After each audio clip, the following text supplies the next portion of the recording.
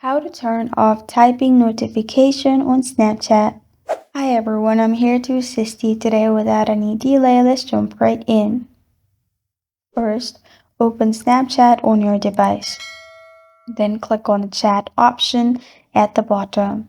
You'll find all your chats pop up. Simply click on the person's profile that you want to turn off typing notification off. Then, in here, click on Chat and Notification Settings, which is the third option. After that, click on Notification Settings. In here, you will find Mute Chats. Click on it. After that, select the time. You can simply select until I unmute them.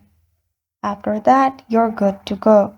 This is how to turn off typing notification on Snapchat. Thank you for joining me today. If this video helps you out, please leave a like and subscribe for more. Got a question or want to suggest a topic? Comment below. Thank you for watching.